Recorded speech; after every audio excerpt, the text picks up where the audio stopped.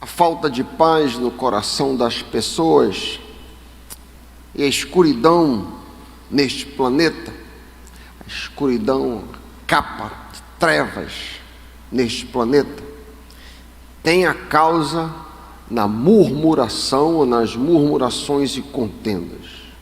Façamos, pois, um compromisso nesta manhã para matar o pecado da murmuração e banir de nossas vidas todo tipo de reclamação.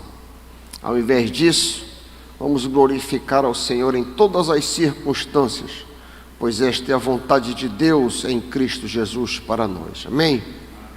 Quantos têm o texto santo nesta manhã? Ergam-no para que eu possa ver. Ótimo. Vamos continuar o exame da carta de Paulo aos Filipenses. Queria te convidar para abrir. Vamos abrir um outro bloco, capítulo 2, bloco 14 a 16, Filipenses, capítulo 2, versículos 14 a 16, a Ara lê assim: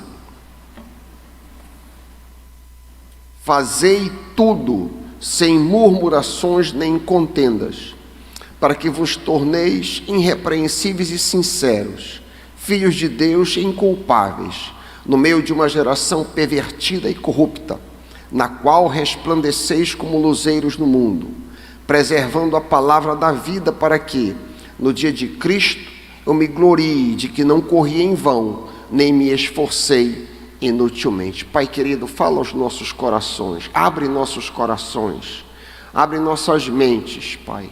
Nós repreendemos todo espírito de distração, todo pensamento que pretenda roubar a Tua palavra. Ao contrário, queremos que a Tua palavra penetre nos nossos corações e mude as nossas vidas, a começar de mim. Em nome de Jesus, amém. No dia 30 de maio de 2021, nós abrimos uma longa sessão que começa em Filipenses 1:27 e se estende, vai até o 2:16. Esta longa sessão, este bloco enorme, nós vimos que Paulo nos chama a viver de uma maneira digna. O teu texto está aberto, olha comigo o que eu estou querendo dizer. Ele abre lá em 1:27, bate os olhos um pouco em cima, 1:27. Acima de tudo, vivam de maneira digna do Evangelho. Desce os olhos para 2:16, para que sejais irrepreensíveis e sinceros. Está vendo? O parêntese aberto aqui no 1:27 e é fechado. Viva assim para que sejais irrepreensíveis e sinceros, filhos de Deus inculpáveis, no meio de uma geração pervertida e corrupta, na qual vocês brilham como luzeiros no mundo, preservando a palavra da vida. Assim, no dia de Cristo, poderei me gloriar de que não corri em vão, nem me esforcei inutilmente. Este segmento enorme, este vasto segmento, então, a vida digna, que, como dissemos, começa no 1:27, envolve 3 grandes pontos. A busca por humildade, Filipenses 2, 1 a 11, nós fizemos 8 pregações em cima desta sessão. Em segundo lugar, a busca por obediência, Filipenses 2, 12 e 13, fizemos 3 pregações em cima desta sessão. E hoje estamos começando esse último segmento, a morte da murmuração, que vai dos versículos 14 a 16. Se nós pudéssemos resumir esta longa sessão de texto, a vida digna, ela envolve então 3 pontos. O cristão maduro é humilde, o cristão maduro é obediente, e o cristão maduro não reclama de nada. Tem aí o sumário desta sessão toda. Como disse, nós vamos abrir o último bloco, que começa no versículo 14. Acompanha comigo, a tua Bíblia está aberta, 2:14. Fazei tudo, para aí. Em grego, a sequência é o contrário.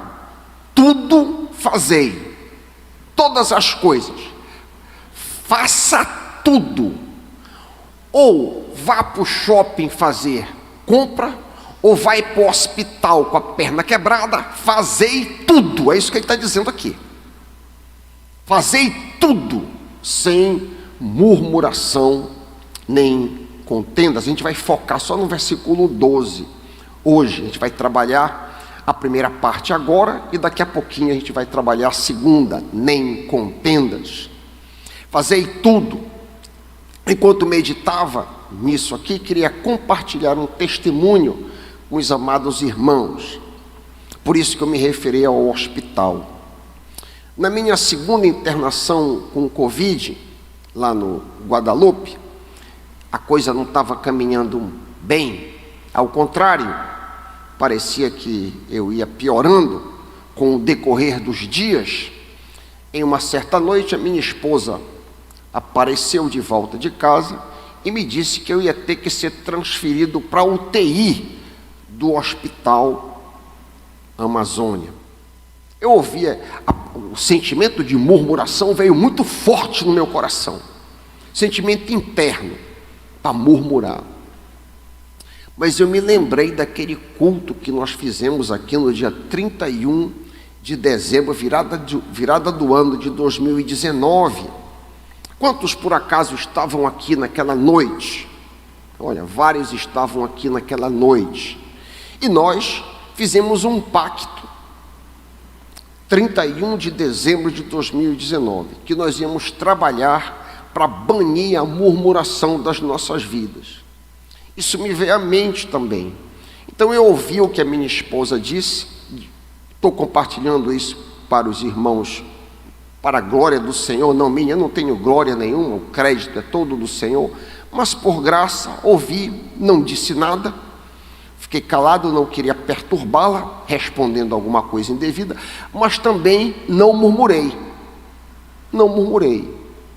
Vamos para a ambulância e vamos então para a UTI de outro hospital. Fazei tudo sem murmuração, sem reclamação e sem queixas, é o que o apóstolo Paulo está nos recomendando, nos ordenando no texto que nós estamos abrindo nesta manhã. Interessante, meus irmãos, que o mesmo Deus que diz a mim e a você, não matarás, e a gente leva muito a sério, ele diz, fazei tudo sem murmurações. O mesmo Deus que diz para mim e para você, não furtarás, e a gente obedece, ele diz também, fazei tudo sem murmuração. É o mesmo Deus, é o mesmo Deus, é o mesmo Senhor que nos comanda. Por que razão nós deveríamos levar a sério não matar e não roubar, e por que a gente não tem que levar a sério não murmurar? Obviamente, nós devemos levar a sério ambos os comandos. A longa batalha contra a murmuração, penso eu, não pode ser vencida de uma hora para outra. Porém, enquanto eu não enxergar que murmuração é pecado, eu não vou vencê-la. Enquanto eu pensar que eu murmurar é culpa da minha criação, é porque o meu pai murmurava, é porque o meu amigo, a minha prima, que eu convivi muito, murmurava, é por causa do meu gênio, é por causa do meu jeito, é por causa das circunstâncias ao meu redor que estão difíceis. Enquanto eu me justificar, eu não vou vencer. Eu vou murmurar a vida inteira. É como uma criança que está na terceira série primária, terminou o ano, faz de novo a terceira série primária. Terminou o ano, faz de novo a terceira série. Eu nunca saio daquele nível. Então nós somos chamados a vencer hoje a murmuração. Na realidade, o desafio foi feito no final de 2019 para mim e para você. A história do povo de Deus, infelizmente, está repleta de murmuração. Por sinal, murmuração foi uma marca distinta do povo de Israel. Logo no começo, quando a nação estava nascendo ali no Egito, que ela foi removida por Moisés, o primeiro grande incidente que a nação, o corpo de 2 milhões, chegaram 70 no Egito. Saíram 2 milhões de pessoas, aquele corpo, aquela multidão, aquela nação.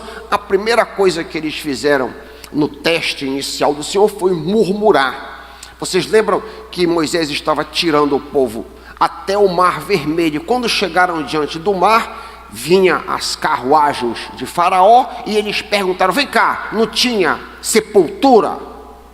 Não havia sepultura lá no Egito? Por que tu estás nos trazendo para cá? E foi uma murmuração atrás da outra. Eu me referi agora à primeira murmuração em Êxodo 14, 11, 12. Menos de um mês depois desta primeira murmuração, o povo se encontra em Mara e o povo outra vez murmura, como descrito no próximo capítulo, Êxodo 15, 23 a 25. 3 semanas depois de Mara, vemos que o povo murmura no deserto de Sim, por causa de comida. Êxodo 16, o próximo capítulo, 1 a 36. A história vai se repetindo, uma atrás da outra. Agora em Refidim, Êxodo 17, o povo murmura outra vez por causa de água. E assim vai uma murmuração atrás da outra, e isso muito irrita o Senhor Deus, como a gente pode ver, por exemplo, no episódio da carne. Talvez seja ali, a gente tem ali um bom retrato de como que Deus se sente, como que a murmuração, a nossa reclamação a deles e a nossa irrita a Deus.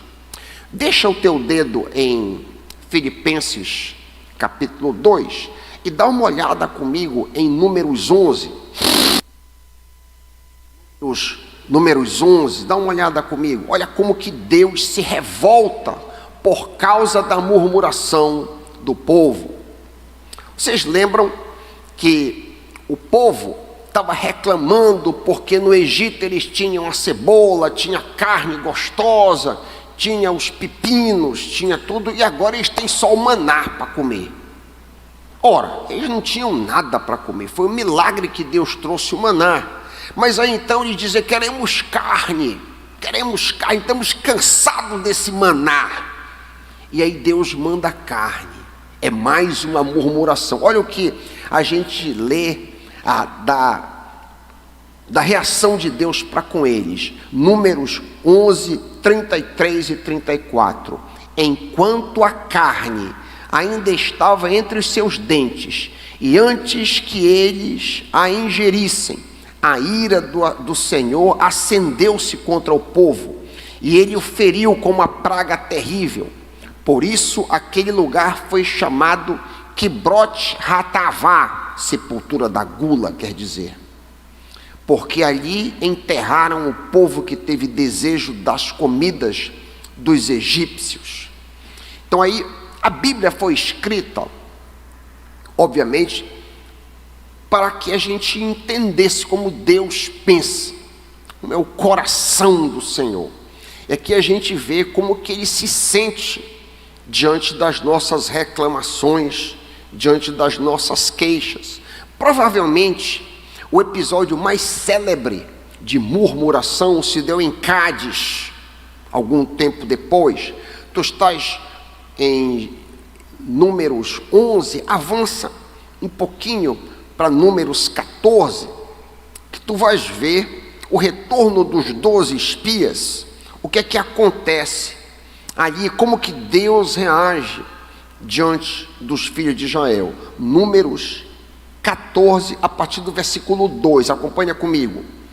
Todos os filhos de Israel murmuraram contra Moisés e Arão, e a congregação toda disse: oxalá tivéssemos morrido no Egito, oxalá que tivéssemos morrido no deserto. Olha o sentimento do Senhor. Salta um pouquinho para o versículo 11 e 12. Disse o Senhor a Moisés: até quando me desprezará este povo? Até quando não confiarão em mim? apesar de todos os prodígios que tenho feito no meio deles?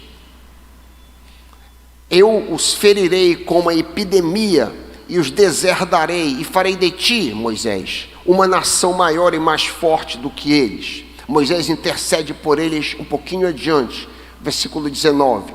Moisés diz: perdoa o pecado deste povo, segundo a tua grande misericórdia, como tens perdoado a este povo desde o Egito até aqui. Então falou o Senhor: conforme a tua palavra lhe perdoei, porém, tão certo como eu vivo, e como toda a terra se encherá da glória do Senhor, dos homens que, tendo visto a minha glória e prodígios que fiz no Egito e no deserto, e todavia me puseram à prova 10 vezes, 10 vezes murmuraram. Olha a paciência de Deus também. E não obedeceram a minha voz. Nenhum deles verá a terra que com juramento prometi a seus pais. Sim, nenhum deles que me desprezaram haverá. Então a gente vê que a murmuração, Deus recebe como um tipo de desprezo, como um tipo de zombaria a ele. A gente pode ler sobre o mesmo episódio, um pouquinho mais adiante, 14, 27 a 29, o coração do Senhor outra vez: até quando esta comunidade ímpia se queixará contra mim? Tenho ouvido as queixas destes israelitas murmuradores.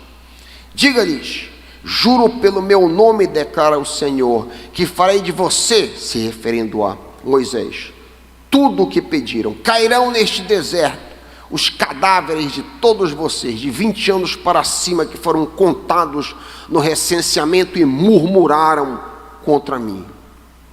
É interessante, e aqui a gente aprende muito, tudo o que aconteceu ao povo de Deus no deserto era provação para suscitar a fé. Era provação, não foi nada acidental.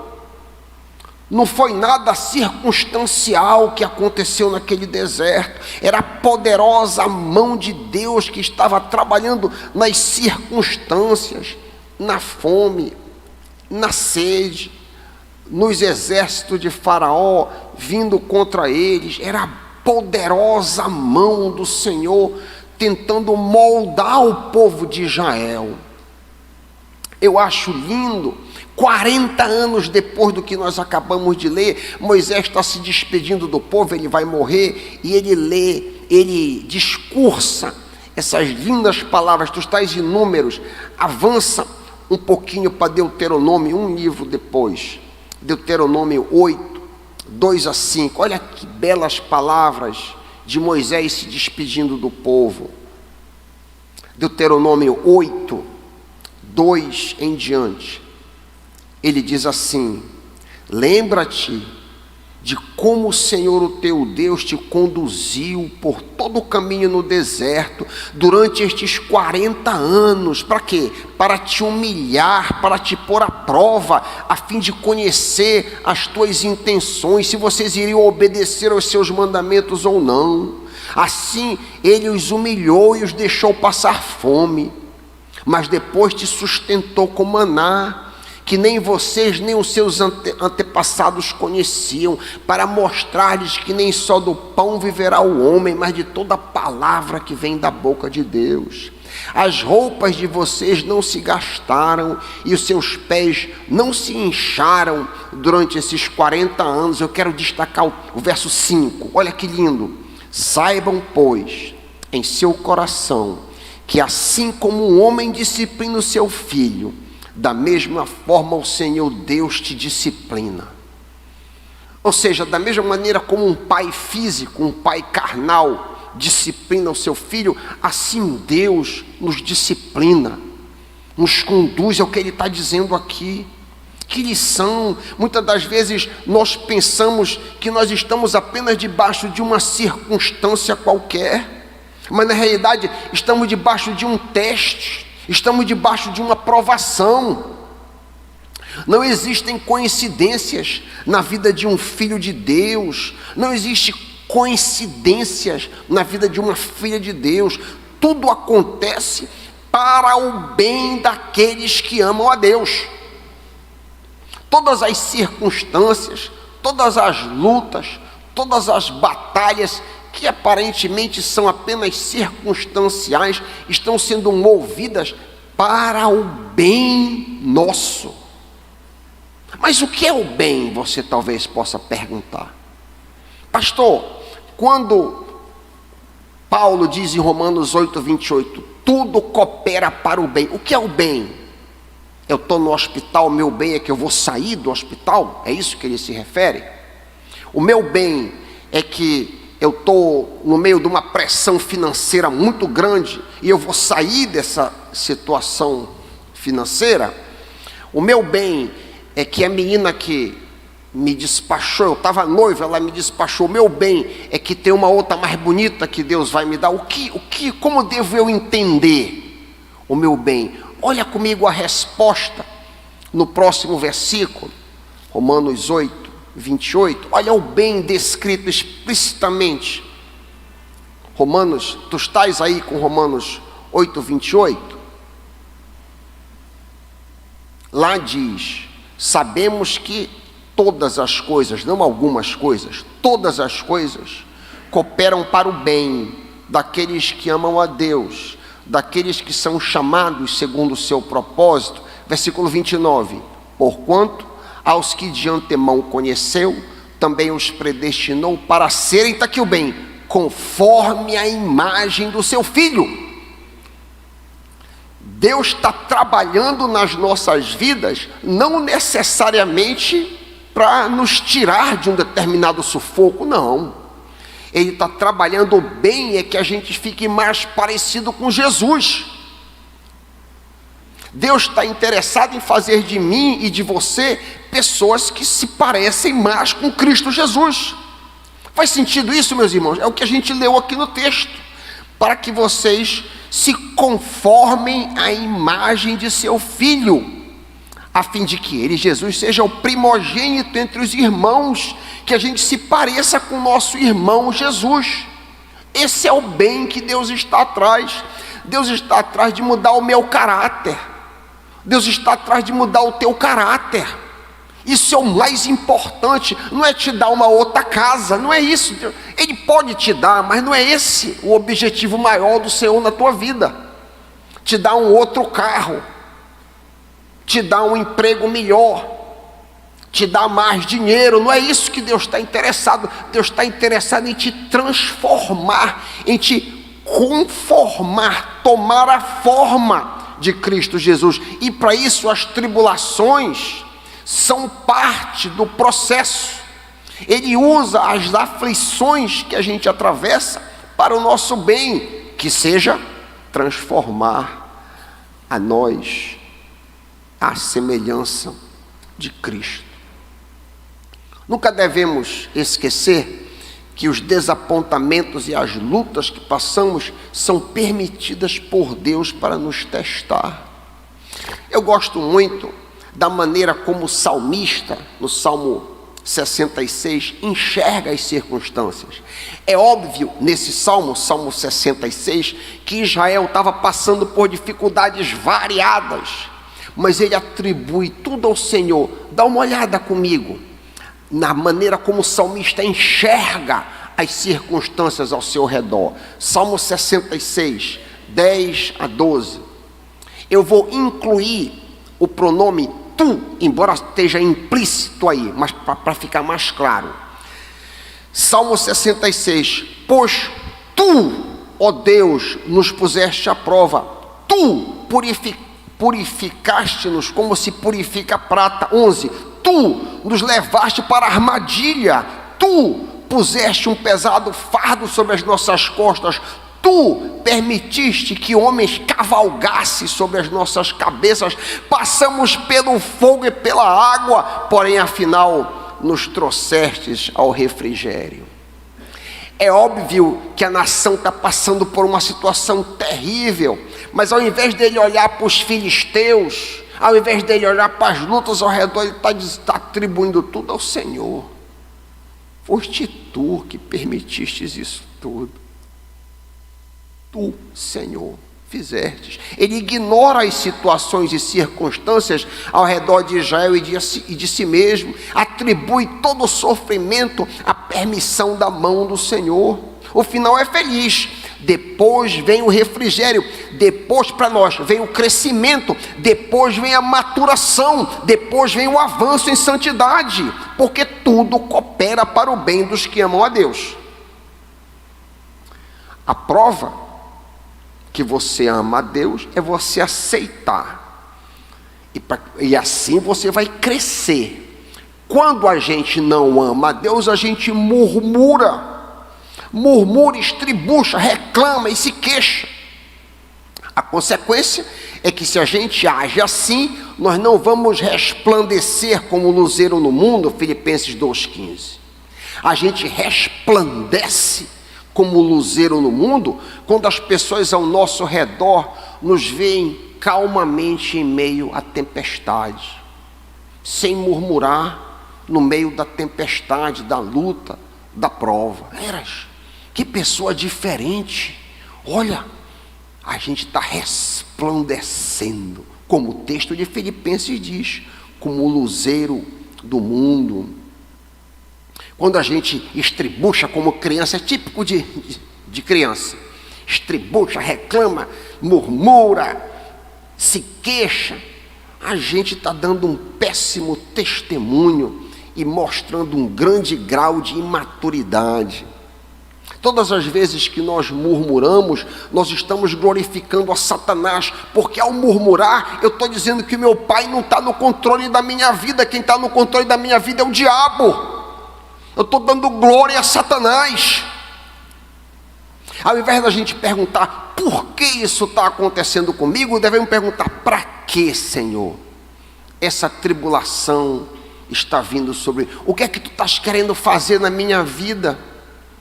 O que é que tu estás querendo modificar na minha vida? O que é que eu preciso deixar de lado? Minha filha está passando por uma aflição grande, agora com uma sonda no rim, tudo grávida. Eu tenho dito: minha filha, o que é que Deus está querendo modificar, transformar, aparar, melhorar? Quais são as transformações que Deus está interessado em fazer no teu caráter para te conformar mais à imagem de Cristo? Talvez você esteja perguntando: tudo bom, tá ok, pastor Raik, eu já entendi, mas é possível a gente crescer? É possível de fato a gente avançar e parar de murmurar? Qual é o caminho? O que devo eu fazer para parar de murmurar? Primeiro, enquanto eu não enxergo a murmuração como pecado, eu estou fadado a morrer murmurando. Mas quando eu enxergo a murmuração como pecado, todas as vezes que eu murmuro, eu peço perdão. Perdão, Senhor. Reclamei, perdão, Senhor. Perdão, Pai. Perdão. E aí você vai começar a notar, ao longo do tempo, que as suas murmurações vão começar a se espaçar. Você vai começar a notar que você vai murmurando menos e menos e menos. Isso aconteceu comigo. Ao longo do tempo, repito, ao longo dos meses, anos, você vai notar que isso vai começar a desaparecer da sua vida. E é uma bênção.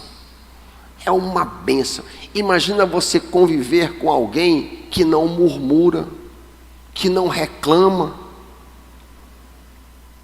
Eu tenho certeza que qualquer esposa, eu compartilho também um outro testemunho para a honra e glória do Senhor e não para o meu. Temos convivido, agora vamos caminhar para 4 anos. Nunca houve murmuração entre mim e minha bate-boca com a minha esposa.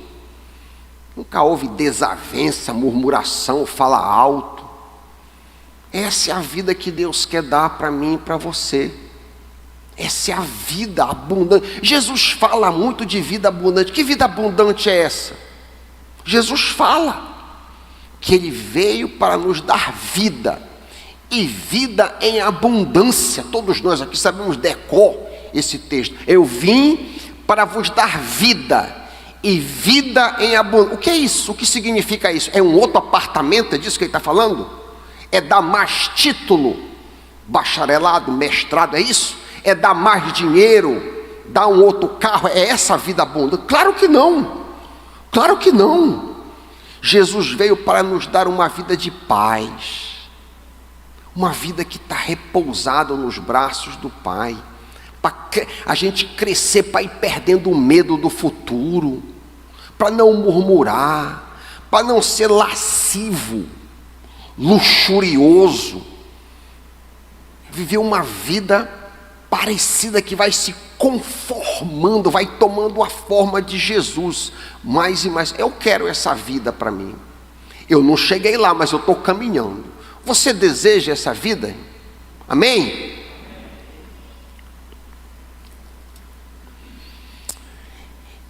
Fazei tudo sem murmuração. Essa é a parte A do versículo. Volta lá para Filipenses comigo, que esse versículo tem uma parte B. Na minha tradução diz: nem contendas. Como diz a tua tradução? O versículo como um todo na área diz: fazei tudo sem murmurações, nem contendas. A NVI diz: nem discussões. O livro diz: nem conflitos. Paulo está dizendo que nós não devemos estar metidos em brigas, discussões, agitações, bate-boca e confusões. Uma das marcas de alguém que está, abre aspas, desenvolvendo a sua salvação, Filipenses 2,12, é que ele não é briguento. É muito bom a gente lembrar que aqui em Filipenses tinham 2 irmãs de ponta. É muito bom a gente lembrar que Paulo fala para 2 irmãs aqui que estão de bico uma com a outra. Tu estás aberto em Filipenses 2, passa um capítulo só, olha Filipenses 4, Sintique e Evódia estavam disputando, estavam brigadas uma com a outra. Olha comigo, Filipenses 4, 2 e 3. Eu peço, eu rogo a Evódia e também a Sintique que vivam em harmonia. Sim, eu peço que você, leal companheiro de jugo, as ajude, pois lutaram ao meu lado na causa do Evangelho com Clemente e os demais cooperadores. Os seus nomes estão escritos no livro da vida. Obviamente, Sintique e Evódia eram crentes, mulheres de Deus, trabalhadoras envolvidas na igreja, óbvio, lutaram pelo Evangelho, mas estão brigadas. Não é isso que Deus quer para as nossas vidas. Contenda, disputa. Deus não deseja isso. Ele diz: fazei tudo sem contendas, sem murmuração, sem contenda. É o mesmo comando. Para que eu viva assim, para que eu avance assim, eu preciso da ajuda do Senhor, porque de mim mesmo não posso. A gente precisa da ajuda do Senhor para tudo. Nós não temos força no nosso braço para, na força da carne, avançar. A gente precisa determinar que vai e a ajuda do Senhor. Se eu fizer isso aí, gozando da presença do Senhor, eu vou me tornar um homem que é inimigo de contendas. Eu vou me tornar uma pessoa que detesta contendas, não quer briga. Quando eu estava meditando nesta palavra, sem contendas, eu me lembrei de algumas loucuras que eu falava nos dias da minha impiedade. Compartilho com os irmãos com vergonha. Eu dizia assim, abre aspas: eu dou um boi para não entrar numa briga, mas uma boiada para não sair dela, fecha aspas. Quanta impiedade, quanta meninice da minha parte, quanta estupidez, quanto orgulho da minha parte. Para piorar a situação, esse tipo de postura, que era frequentemente a minha postura, traz profunda infelicidade, pois há uma promessa para mim e para você, para a pessoa que pensa o contrário disso. A pessoa que pensa no contrário, que detesta, briga, disputa, existe uma promessa de paz, de profunda paz. Promessa que veio da boca do próprio Jesus. Felizes os pacificadores, porque eles serão chamados filhos de Deus. Felizes as pessoas que são pacíficas, que não são dadas à briga, que não são dadas à disputa. Pessoas que fazem tudo para não entrar em porfias, que são mansos em seu proceder. Olha que coisa, que tesouro maravilhoso. Quem não quer isso? Viver uma vida de paz. Jesus promete: felizes os pacificadores. A primeira aplicação desta promessa que Jesus faz é pessoal, Mateus 5,9. Felizes, bem-aventurados os pacificadores. A primeira promessa é pessoal. Todo cristão deve envidar todo esforço para viver em harmonia com todas as pessoas. Se você tem um relacionamento ruim com alguém, não deve ser culpa sua. Pois, no que depender de você, você deve se relacionar bem com todos, crentes e não crentes. Claro, nem sempre é possível, porque o outro não quer paz, o outro não quer ter um bom relacionamento. Por isso que Paulo diz, escrevendo aos Romanos: no que depender de você, viva em paz com todas as pessoas. Se possível, viva em paz com todos. A consequência deste princípio é que, no caso de desavença, quem deve tomar a iniciativa para a reconciliação é o cristão. É o mais espiritual, como o pastor Elias sempre dizia. O pastor Elias sempre dizia: o mais espiritual cede. Eu ouvi isso da boca dele várias vezes. Então, você deve ser promotor da paz.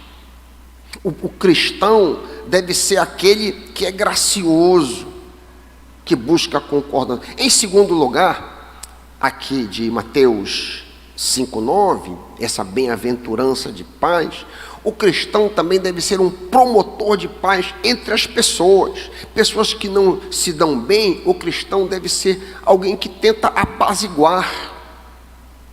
Nós não devemos, em outras palavras, promover a distância entre as pessoas. Felizes são os promotores da paz, porque serão chamados filhos de Deus.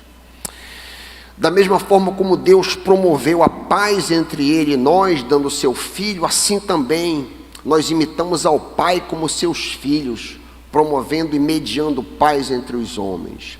Jesus foi chamado de Príncipe da Paz, e nós, os cristãos, devemos ser conhecidos como promotores da paz. É muito triste quando um cristão é conhecido como brigador. Muito triste. Um cristão, uma mulher no escritório, na faculdade, é conhecida como pavio curto. Uma pessoa irracível. Uma pessoa que está explodindo, dada a contendas.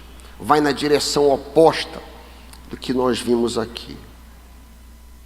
O desafio diante de nós, para vivermos uma vida digna do Evangelho, Filipenses 1:27, envolve a morte da murmuração e o ódio a contendas. Daí Paulo dizer: fazei tudo sem murmurações nem contendas. Se nós vivermos assim, nós somos luzes em meio a uma geração que murmura e contende, vive reclamando e brigando com todo mundo. Nós resplandeceremos como luzeiro nas trevas, pois a falta de paz no coração das pessoas e a escuridão deste planeta tem causa na murmuração e nas contendas. Façamos um compromisso, pois, para matar o pecado da murmuração, para banir de nossas vidas todo tipo de reclamação e queixa. Ao invés de murmuração, vamos glorificar o Pai em todas as circunstâncias, pois esta é a vontade de Deus em Cristo Jesus. Amém.